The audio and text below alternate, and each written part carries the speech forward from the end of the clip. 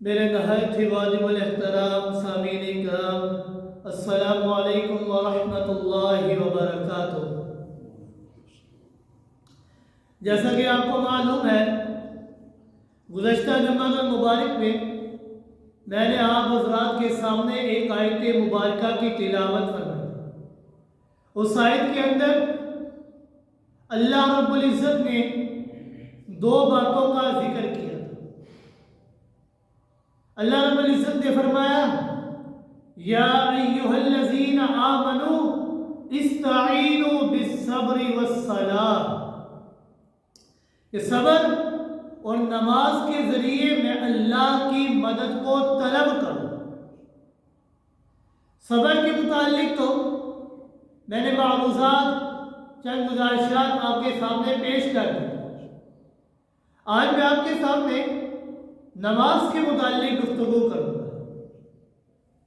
یہ نماز یہ ایک ایسی عبادت ہے کہ اس جیسی اور کوئی عبادت نہیں ہے۔ دین اسلام چار چیزوں کے مجموعے کا نام ہے: ایمانیات، عبادات، معاملات اور اخلاقیات۔ ان چار چیزوں میں سب سے پہلا مقام ہے ایمانیات، ایمان کا۔ اگر ایمان ہوگا تو عبادات کارآمد ثابت ہوگی، ایمان ہوگا معاملات کارآمد ثابت ہوگی، ایمان ہوگا تو اخلاقیات کارآمد ثابت ہوگی۔ اگر ایمان ہی نہ ہو تو چاہے جتنی مرضی عبادتیں کر لیں، چاہے جتنی مرضی حج اور عمرے کر لیں، چاہے جتنی مرضی زکوٰۃ صدقہ و خیرات کر لیں، چاہے مسجدیں بنا لے، مسجد نہیں بیت اللہ کیوں نہ بنا لے، جتنی مرضی نیکیاں کر لے، اگر ایمان نہیں ہوگا تو کوئی بھی نیکی کارآمد ثابت نہیں ہو سکتی۔ سب سے پہلا مقام ہے ایمان، اور ایمان کے بعد دوسرا مقام ہے عبادات کا۔ خود جناب محمد رسول اللہ صلی اللہ علیہ وآلہ وسلم نے ارشاد فرمایا، بنی الاسلام علی خمس شہادہ، اللہ الہ الا اللہ وانی رسول اللہ واقام الصلاۃ وایتاء الزکاۃ والحج وصوم رمضان۔ یہ دین اسلام کی بنیاد 5 چیزوں کے اوپر ہے۔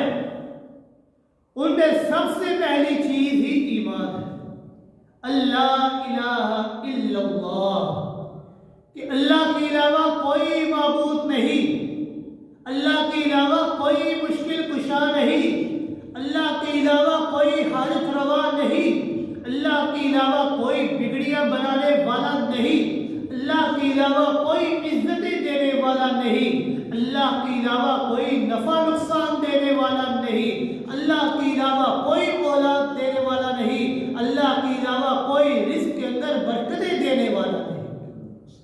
اللہ الہ الا اللہ، کہ اللہ وحدہ لا شریک ہے، وانی رسول اللہ، اور میں محمد رسول اللہ صلی اللہ علیہ وآلہ وسلم اللہ کا آخری نبی آخر الزماں ہوں، انا خاتم النبیین لا نبی بعدی، کہ میں آخری نبی ہوں، میرے بعد کوئی نبی نہیں ہے۔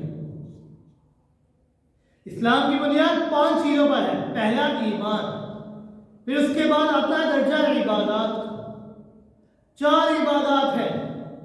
سب سے پہلی عبادت جس کا مقام ہے سب سے زیادہ، وہ ہے نماز، وإقام الصلاۃ، نماز کو قائم کرنا۔ نماز یہ امت محمدیہ صلی اللہ علیہ وآلہ وسلم کے لیے ایک ایسا عظیم الشان تحفہ ہے کہ جس کا مقابلہ کوئی نہیں کر سکتا۔ امت محمدیہ صلی اللہ علیہ وآلہ وسلم کو رب کائنات نے بے شمار تحائف عطا فرمائے، بے شمار انعامات سے نوازا، بے شمار احسانات سے نوازا، لیکن وہ سارے انعامات، وہ سارے تحائف، سارے احسانات اللہ نے اس دنیا کے اندر عطا فرمائے ہیں، لیکن جب نماز جیسے عظیم الشان تحفے کی باری آتی ہے تو اللہ رب العزت وہ تحفہ زمین پر عطا نہیں فرماتے، بلکہ اپنے آخری نبی الزماں پیغمبر جناب محمد رسول اللہ صلی اللہ علیہ وآلہ وسلم کو اپنے پاس آسمانوں پر بلا کر 5 نمازوں کا تحفہ عطا فرماتے ہیں۔ پہلے وہ 50 نمازیں تھیں، لیکن تخفیف کرواتے کرواتے، کم کرواتے کرواتے 5 نمازیں رہیں۔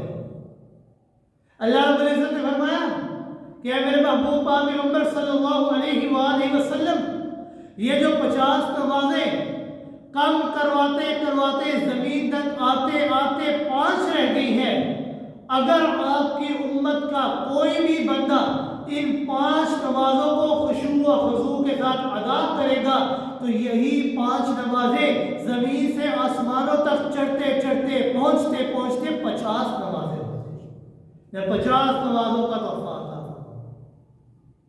اللہ رب العزت نے ان 5 نمازوں کے ذریعے امت محمدیہ صلی اللہ علیہ وآلہ وسلم کو ایک چھوٹی سی معراج عطا فرمائی کہ خود آپ صلی اللہ علیہ وآلہ وسلم نے فرمایا الصلاۃ معراج المؤمن، کہ نماز یہ ایک مومن کی معراج ہے، اس میں انسان اپنے رب سے ہم کلام ہو جاتا ہے۔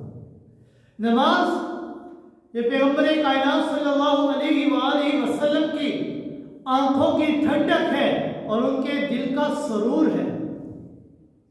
پیغمبر کائنات صلی اللہ علیہ وآلہ وسلم نے فرمایا جعلت قرۃ عینی فی الصلاۃ، نماز یہ میری آنکھوں کی ٹھنڈک ہے اور میرے دل کا سرور ہے، اس کے ذریعے میرے دل کو خوشی پہنچتی ہے، میں نماز کا انتظار کرتا رہتا۔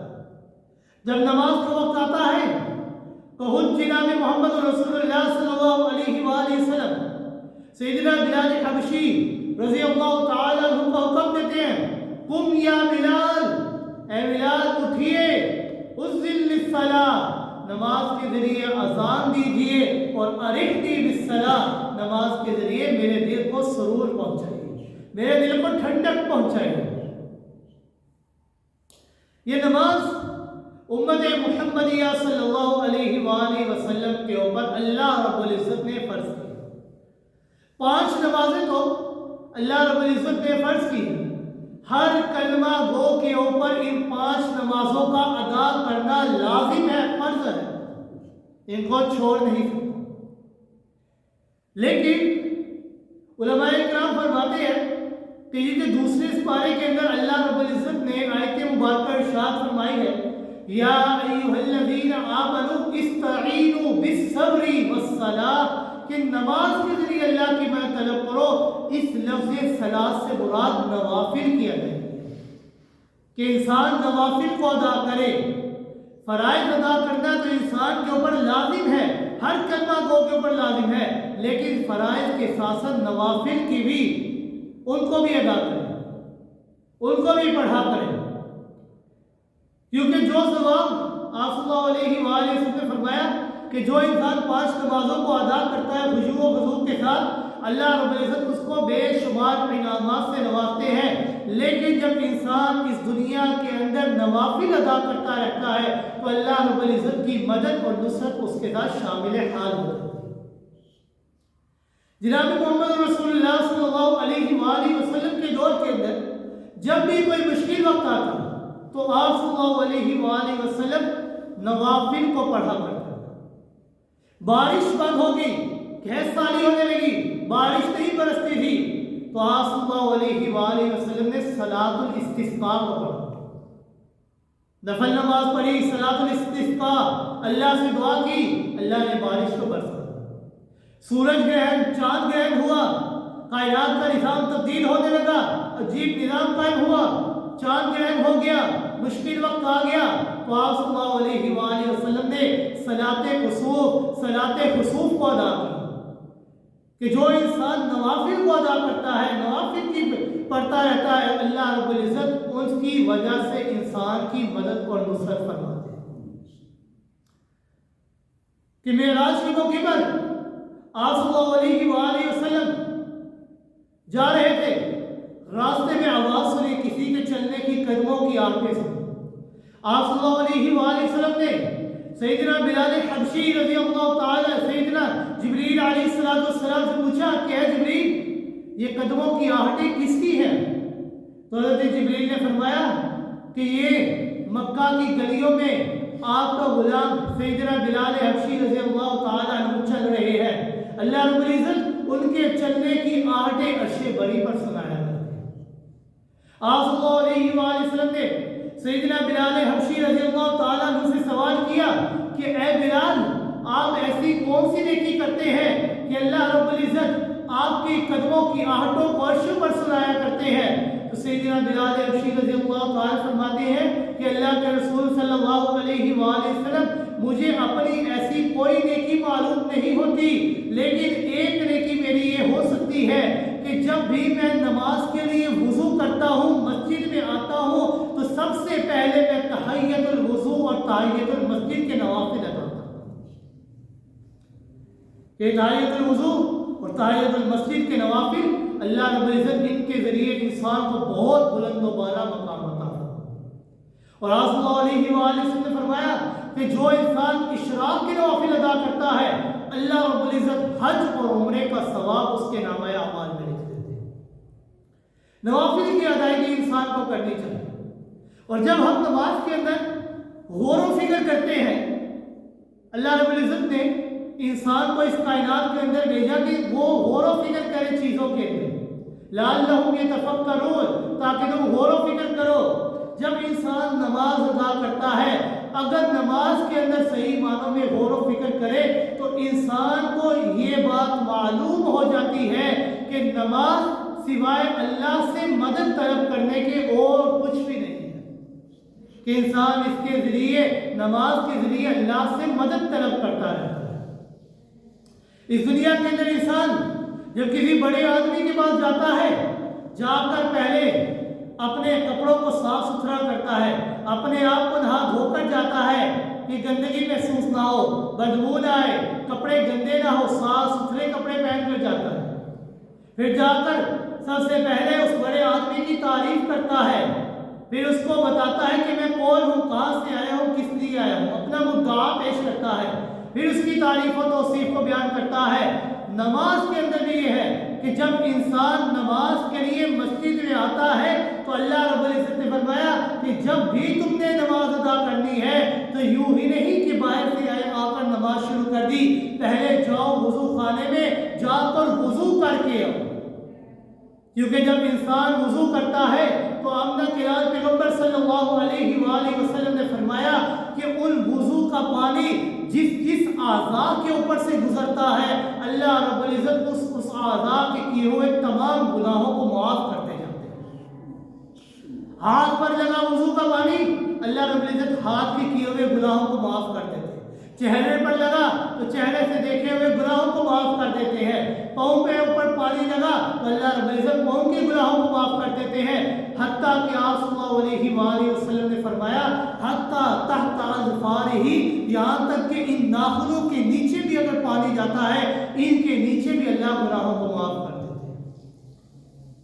جب انسان اللہ کے پاس آتا ہے نماز کے لیے، پہلے آ کر اپنے گناہوں کی کوٹھریوں کو، اپنے گناہوں کی بوریوں کو پھینک دیتا ہے، اپنی میل کچیل کو اتار دیتا ہے، وضو کر کے اچھی طرح آتا ہے، پھر آ کر اپنے رب کی کبریائی کو بیان کرتا ہے، اللہ اکبر، کہ اللہ تو سب سے بڑا ہے، تجھ سے بڑا کوئی نہیں، تو وحدہ لا شریک ہے، کبریائی بیان کی، پھر بھی بس نہیں کی، اللہ کی اور تعریف بیان کی، سبحانک اللہم وبحمدک وتبارک اسمک وتعالی جدک ولا الہ غیرک، سبحانک اللہم، اے اللہ تو پاک ذات ہے، وبحمدک تو تعریف کے لائق ذات ہے، وتبارک اسمک تیرا نام بڑا ہی برکتوں والا ہے، وتعالی جدک تو بزرگیوں والا ہے، عالی شان ہے، بلند و بالا ہے، ولا الہ غیرک، تیرے علاوہ کوئی معبود نہیں، تو وحدہ لا شریک ہے۔ پھر اس پر بھی وقت نہیں کرتا اور آگے چلتا ہے، اپنے رب کی تعریف کو بیان کرتا ہے نماز میں، الحمدللہ رب العالمین، اے اللہ میری تمام تعریفوں کے لائق ذات تیری ہے، رب العالمین تو رب العالمین ہے، الرحمن الرحیم نہایت رحم کرنے والا بڑا ہی مہربان ہے، مالک یوم الدین قیامت کے دن کا مالک بھی تو ہے، اس دنیا اور آخرت کے ساری چیزوں کا اختیار تیرے قبضہ قدرت میں ہے، کسی کے اختیار میں کچھ نہیں، تو مالک یوم الدین مالک ہے قیامت کے دن کا، دنیا اور آخرت کی ہر شے کا اختیار تیرے ہاتھ میں ہے اور کسی کے ہاتھ میں نہیں۔ پھر اپنا تعارف کرواتا ہے کہ میں کون ہوں، کس لیے آیا ہوں۔ انسان کہتا ہے ایاک نعبد و ایاک نستعین، اے اللہ میں تیرا بندہ ہوں، تیرا عابد ہوں، تیری عبادت کے لیے آیا ہوں، وَإِيَّاكَ نَسْتَعِينُ، اور میرے آنے کا مقصد کیا ہے کہ میں تجھ سے تیری مدد کو طلب کرتا ہوں۔ اپنا آپ بیان کیا کہ میں کون، میں تیرا بندہ، میں تیرا خطا کار بندہ، میں تیرا گناہ گار بندہ۔ کس لیے آیا؟ اللہ تیری مدد مانگنے کے لیے کہ مجھ سے خطائیں ہو گئی، مجھے معاف کر دے۔ آپ صلی اللہ علیہ وآلہ وسلم نے فرمایا کہ سورہ فاتحہ یہ ایک ایسی صورت ہے کہ جب انسان نماز ادا کرتا ہے تو اللہ رب العزت نے اس صورت کو اپنے اور بندے کے درمیان برابر دو حصوں میں تقسیم کر دیا ہے۔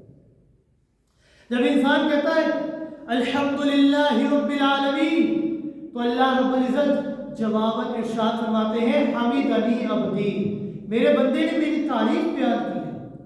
بندہ کہتا ہے الرحمن الرحیم تو اللہ رب العزت فرماتے ہیں اثنا علیہ عبدی، میرے بندے نے میری ثنا بیان کی ہے۔ پھر جب بندہ کہتا ہے مالک یوم الدین تو اللہ رب العزت فرماتے ہیں مجدنی عبدی، میرے بندے نے میری بزرگی اور کبریائی بیان کی ہے۔ پھر بندہ کہتا ہے ایاک نعبد و ایاک نستعین تو اللہ رب العزت فرماتے ہیں ھذا بینی و بین عبدک، یہ میرے اور میرے بندے کے درمیان برابر برابر تقسیم ہے۔ کس طرح؟ ایاک نعبد، اے اللہ ہم تیری ہی عبادت کرتے ہیں، عبادت اللہ کی ہو رہی ہے اور مدد بندوں کی ہو رہی ہے، اللہ بندوں کی مدد کرتے ہیں۔ وَإِيَّاكَ نَسْتَعِينُ، عبادت اللہ کی اور اللہ مدد انسانوں کی کرتے ہیں۔ پھر انسان اللہ سے دعا کرتا ہے اهدنا الصراط المستقیم صراط الذین انعمت علیہم غیر المغضوب علیہم ولا الضالین۔ اپنے لیے دعا کی، اللہ رب العزت فرشتوں کو فرماتے ہیں کہ اے میرے فرشتوں گواہ رہنا، ھذا لعبدی ولعبدی ما سأل، یہ چیز یہ صرف بندے کے لیے ہے اور میرے بندے کے لیے وہی ہے جو اس نے مجھ سے مانگا۔ اس نے کیا مانگا؟ اہدنا الصراط المستقیم، اے اللہ مجھے صراط مستقیم عطا فرما، ایسے لوگوں کا رستہ عطا فرما کہ جن پر تیرا انعام ہے، انعامات کی برسات ہوتی ہے، ان لوگوں کے رستے سے مجھے بچائے رکھنا کہ جن لوگوں کے اوپر تیرا غضب نازل ہوتا ہے، جن لوگوں نے جو تیری راہ سے گمراہ ہو چکے ہیں، ان لوگوں سے مجھے بچائے رکھنا۔ یہ نماز کے ذریعے انسان اللہ سے مدد طلب کرتا ہے۔ اللہ رب العزت نے اس صورت کے اندر ارشاد فرمایا کہ ایاک نعبد و ایاک نستعین، جب بندہ یہ کہتا ہے ایاک نعبد و ایاک نستعین تو علماء کرام نے تفسیروں کے اندر ایک نقطہ اس آیت کے پیش نظر لکھا ہے کہ انسان کے ذہن میں یہ خیال نہ آئے کہ اللہ میں تیرا بندہ ہوں، تیری عبادت کر رہا ہوں، میں ہی تو تیری عبادت کر رہا ہوں، اور کون کر رہا ہے؟ یہاں پر دیکھ لے تیری عبادت کے لیے میں آیا ہوں اور تو کوئی بھی نہیں آیا۔ اگر بندے کے ذہن میں یہ بات آ گئی کہ اللہ میں تیری عبادت کے لیے آیا ہوں تو اس کی ساری عبادت بیکار ہو جائے گی، فاسد ہو جائے گی، برباد ہو جائے گی۔ کیوں؟ اللہ رب العزت نے ایاک نعبد کے فوراً بعد ایاک نستعین کا لفظ اس لیے ذکر کیا کہ اے میرے بندے تیرے ذہن میں یہ بات نہیں آنی چاہیے کہ تو عبادت کے لیے آیا ہے، کیوں؟ کیونکہ اللہ کی مدد اور نصرت تجھے اللہ کی عبادت کے لیے لے کر آئی ہے۔ تیرے اندر اس بات کی طاقت نہیں کہ تو اللہ کی عبادت کے لیے آئے، بلکہ اللہ کی مدد تھی تو اللہ کی عبادت کے لیے تو آیا ہے۔ وَإِيَّاكَ نَسْتَعِينُ، اللہ کی مدد تھی تیرے ساتھ، اس لیے تو عبادت کے لیے آیا ہے۔ اللہ نے اوروں کی مدد نہیں کی تو وہ در در پہ جا کر دھکے کھا رہے ہیں، اللہ نے تیری مدد کی تو اللہ کے در پہ آ کر اپنی زمین کو جھکا رہا ہے۔ یہ اللہ کی مدد اور نصرت کی وجہ سے ہے۔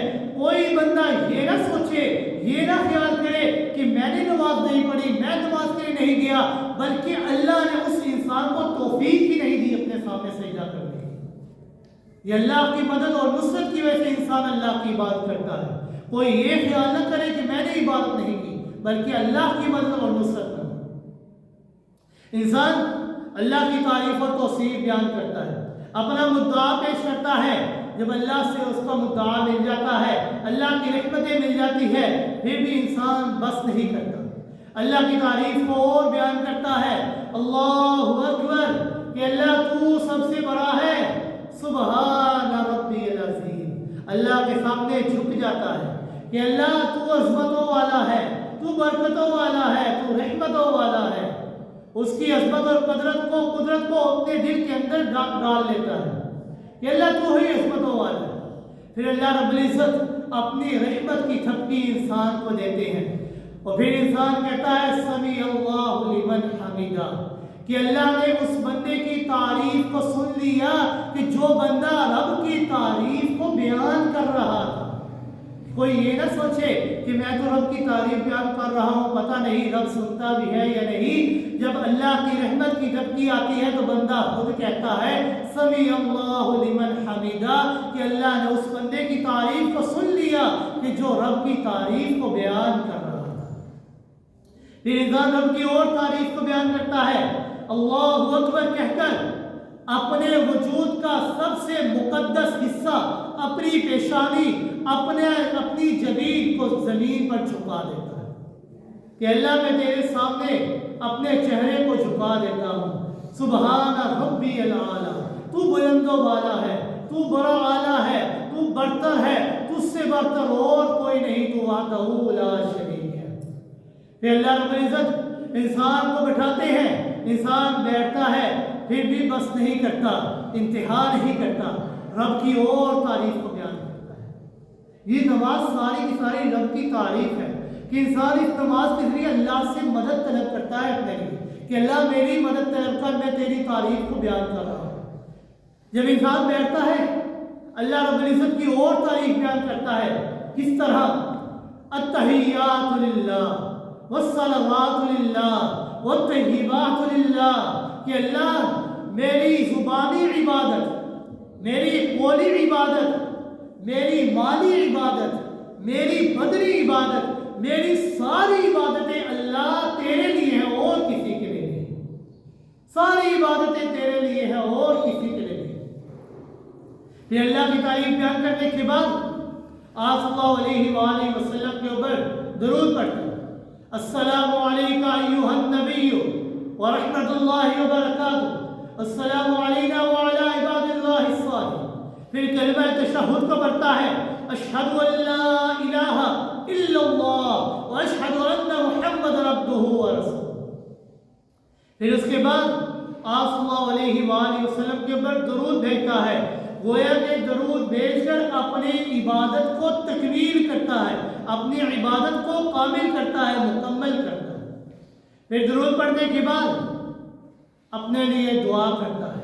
آپ صلی اللہ علیہ وآلہ وسلم نے مختلف دعائیں انسان کو سکھائی، ربنا آتنا فی الدنیا حسنۃ وفی الآخرۃ حسنۃ وقنا عذاب النار، ربنا ظلمنا انفسنا وإن لم تغفر لنا وترحمنا لنكونن من الخاسرين، اللهم إني ظلمت ظلما نفسي، ربنا فاغفر لنا ذنوبنا وكفر عنا سيئاتنا وتوفنا مع الأبرار، رب اجعلني مقيم الصلاة ومن ذريتي ربنا وتقبل دعاء، ربنا اغفر لي ولوالدي وللمؤمنين يوم يقوم الحساب۔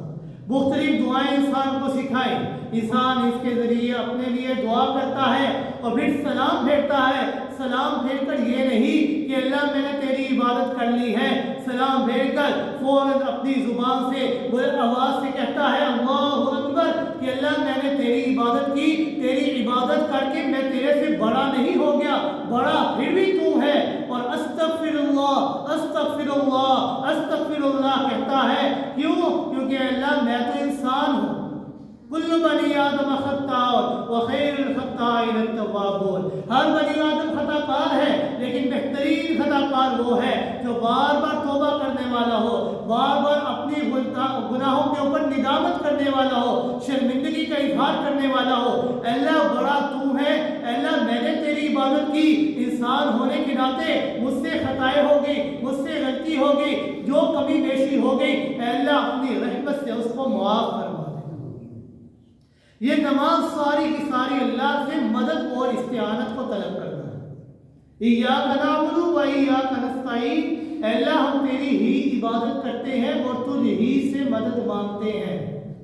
نماز کے ذریعے انسان اللہ سے مدد طلب کرتا ہے، اور نماز کی قدر و قیمت کا اندازہ اس بات سے بھی آپ لگا سکتے ہیں کہ آپ صلی اللہ علیہ وآلہ وسلم نے ارشاد فرمایا کہ جس شخص کی نماز چھوٹ گئی کانما غتیر اہلہ و مالہ، گویا کہ اس کا مال و دولت اگر اس سے چھین لیا جائے، اس کا اہل و عیال اس سے چھین لیا جائے، جتنا غم انسان کو اس وقت ہوتا ہے اگر انسان کی ایک نماز چھوٹ جائے، اس سے زیادہ غم انسان کو اس وقت ہونا چاہیے کہ جب انسان کی نماز چھوٹ جائے۔ اور آقا گرامی پیغمبر صلی اللہ علیہ وآلہ وسلم کہ جن کو اللہ رب العزت نے رحمت للعالمین پیغمبر بنا کر بھیجا ہے کہ آپ اس دنیا میں آئے، آ کر اپنے آنے والی امتوں کو، لوگوں کو، ان کو جینے کا سلیقہ سکھاتے ہیں، ان کو اللہ کی عبادت کا طریقہ سکھلاتے ہیں۔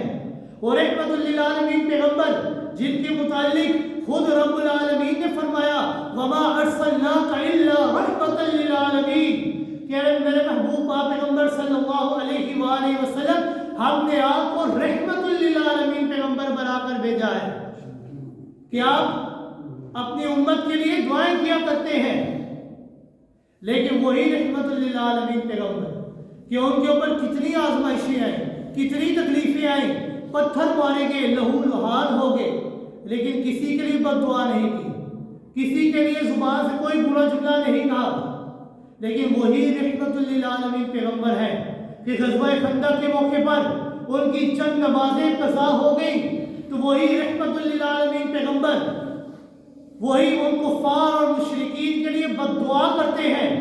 نماز کا دکھ اتنا زیادہ تھا کہ ان مشرکین کے لیے بد دعا کرتے ہوئے فرماتے ہیں مَلَعَ اللَّهُ بُيُوتَهُمْ وَقُبُورَهُمْ نَارًا قَدْ شَغَلُونِي عَنِ الصَّلَاةِ، کہ اللہ رب العزت تمہارے گھروں کو اور تمہاری قبروں کو آگ سے بھر دے۔